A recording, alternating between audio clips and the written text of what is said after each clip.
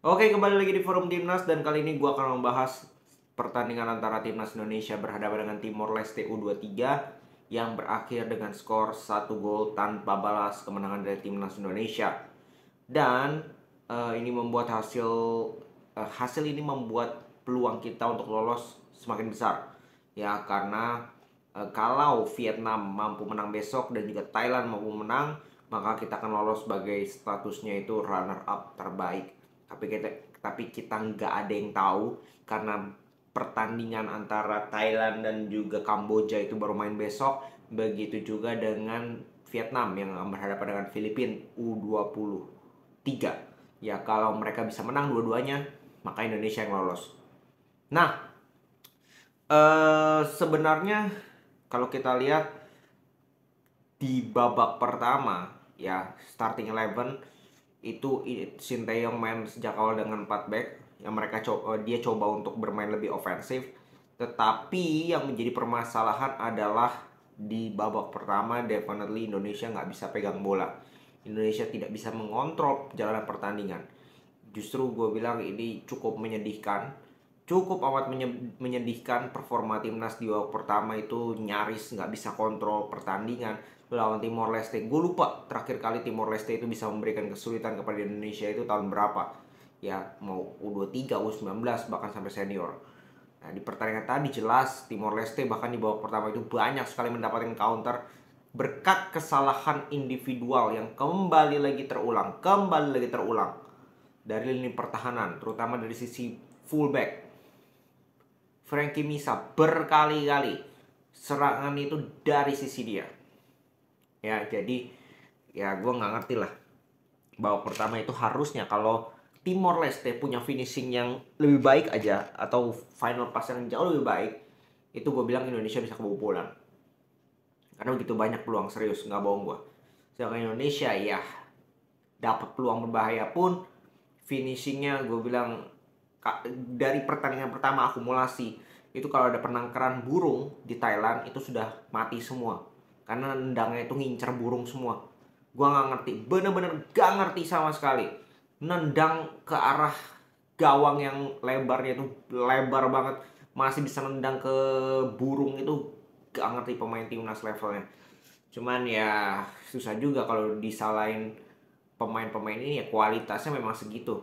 Ya tujuan ST manggil-manggil pemain-pemain yang tier 2 ini bukan pemain utama kan jelas untuk memberikan jam terbang kepada mereka dan juga lihat. Ya ST bisa lihat nih kualitas pemain kita seperti apa.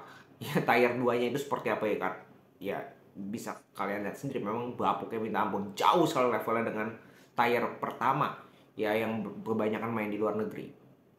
Dan di babak kedua, setelah gol dari Sananta 1-0, Indonesia jauh lebih mendapatkan banyak sekali peluang emas. Karena apa? Timor Leste kelihatan ketika mereka coba untuk keluar, ya mereka sudah ketinggalan, mereka coba untuk keluar, di situ meninggalkan banyak space. Ya Timor Leste juga still Timor Leste mereka menyulitkan, cuman kualitasnya memang tidak memadai. Kualitas tidak memadai sehingga Indonesia dapat berapa kali counter, berapa kali peluang transisi, cuman seperti babak pertama tadi gue bilang, finishingnya benar-benar menyedihkan.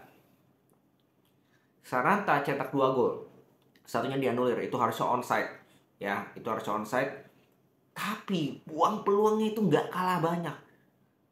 Itu dia cetak 2 gol, 2 finishing bagus dari mungkin 3.714 percobaan tendangan. Dan sisanya itu gagal semua. Nendangnya kemana? Depan tap in aja nendangnya ke nggak tahu itu kemana itu. Jadi gue nggak ngerti gitu. Sananta ini kan pemain utama ya, bukan pemain pelapis. Dia sudah sering dipanggil juga timnas U23 maupun timnas senior. Tapi finishingnya masih seperti itu. Apa kalau bisa salahkan STY? Kalau pemain lu di dalam lapangan passing aja nggak bisa. Gue sih nggak menyalahkan STY. Karena dia sudah terbukti dengan timnas senior, dengan pemain-pemain yang berkualitas, dia bisa perform. Nah ini masalahnya eksekusi di lapangan itu amburadul. Mau pelatih sehebat Pep pun melatih timnas U23 kita tadi dengan squad tadi itu mainnya juga sama. Karena eksekusi di lapangan itu bukan pelatih. Pelatih itu kan hanya menyiapkan ide, menyiapkan rangkaian besar konsep permainan. Ya kan, yang menjalankan itu siapa? Pemain.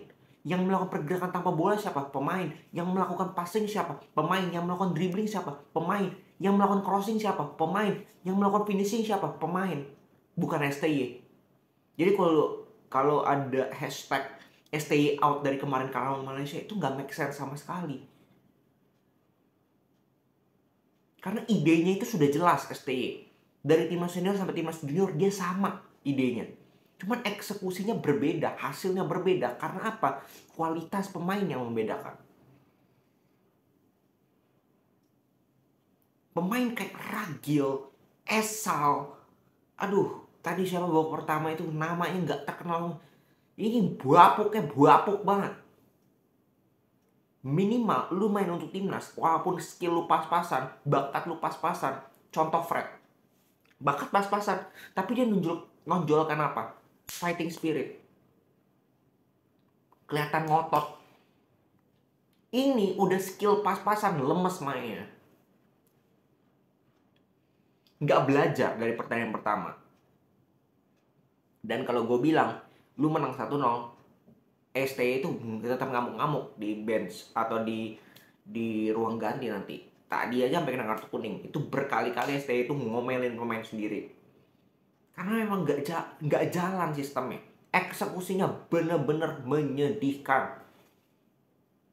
Bener-bener menyedihkan. Menang 1-0 lawan Timor Leste, percaya diri drop. Yakin 2000%. Sebenarnya, apakah kita harus menang besar terus lawan Timor Leste? Enggak, cuman momentumnya ini harus kita bangun. Kalau kita bisa menang besar lawan Timor Leste, kita bermain bagus, kepercayaan diri pasti akan meningkat untuk menghadapi semifinal kalau misalkan lolos. Tapi ini enggak, mainnya amburadul, menang cuma 1-0, hampir berapa kali kebobolan. What a jokes. Dan STY harusnya bisa lihat pemain-pemain timnas U23 lapis ini yang versi AFF ini, mungkin kalau gue bilang maksimal 50% diambil untuk Piala Asia kualifikasi U23. Karena sebagian besar itu nggak layak main di timnas. Dengan kualitas kayak gitu, sorry itu saya bukannya gue sok-sok pinter main bola, ntar kalian suruh gue main bola lagi, enggak.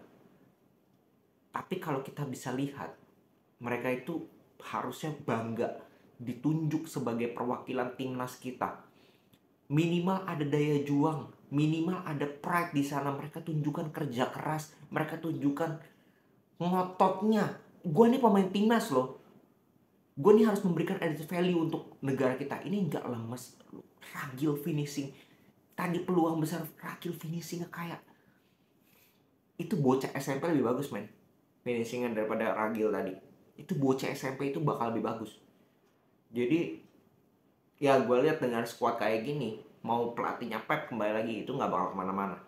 Jadi kembali lagi ke poin gue pada saat pembahasan video menghadapi Malaysia. Jangan mengharapkan timnas kita bisa menjadi juara dari AFF U23. Catat, karena daripada kalian kecewa, daripada kalian nanti ujung-ujungnya stay out, gue bilang ini sangat amat berat. Peluang ada aja mungkin 1%, nggak lebih. Karena kalau kita lihat secara kualitas pemain itu berpengaruh sekali terhadap permainan, maka ujung-ujungnya kalau kita lolos sekarang, oke, beruntung. Ya karena nasibnya ditentukan oleh tim lain. Tapi di semifinal kita ketemu Thailand, Vietnam, gue pengen lihat kayak gimana. Kalau nggak diobok-obok hebat.